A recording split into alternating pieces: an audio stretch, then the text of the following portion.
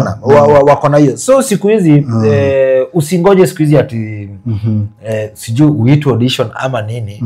Hiyo platform yako bali unaanzia. Kuna wengine unaweza anzia ujipate ulianzia yako ikaenda ika blow up na ikaanza kukulipa bila hata kuingia kukanyanga hiyo mainstream. Ndio sasa ukaanza tu kufanya vitu zako ukiwa peke yako sasa. Sasa hizi wewe ukiwa tu you can act.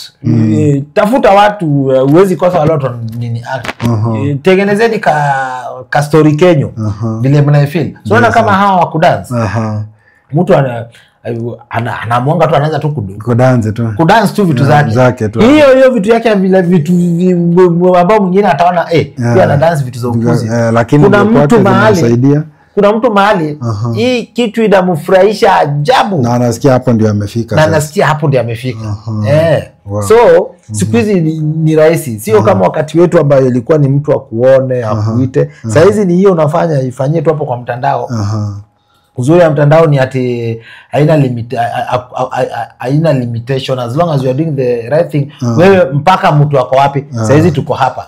Na watu wanatuona mpaka wako nini?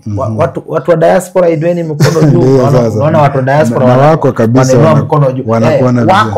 Wako kwa wingi. So unafanya huwezi jua nani anakuwatch sasa. Nani anakuwatch. Ndio sasa. If you are a comedian, piga shughuli yako safi. Na kama mimi waminuna like before mimi nianze kupiga show. Kabla nianze kupiga show unaweza kuta nimekaa hivi nafikiria tu ile show nataka kupiga, ama nafikiria mistari naanza kucheka ama naanza kuvisualize hiyo show ambayo tunaenda kupiga.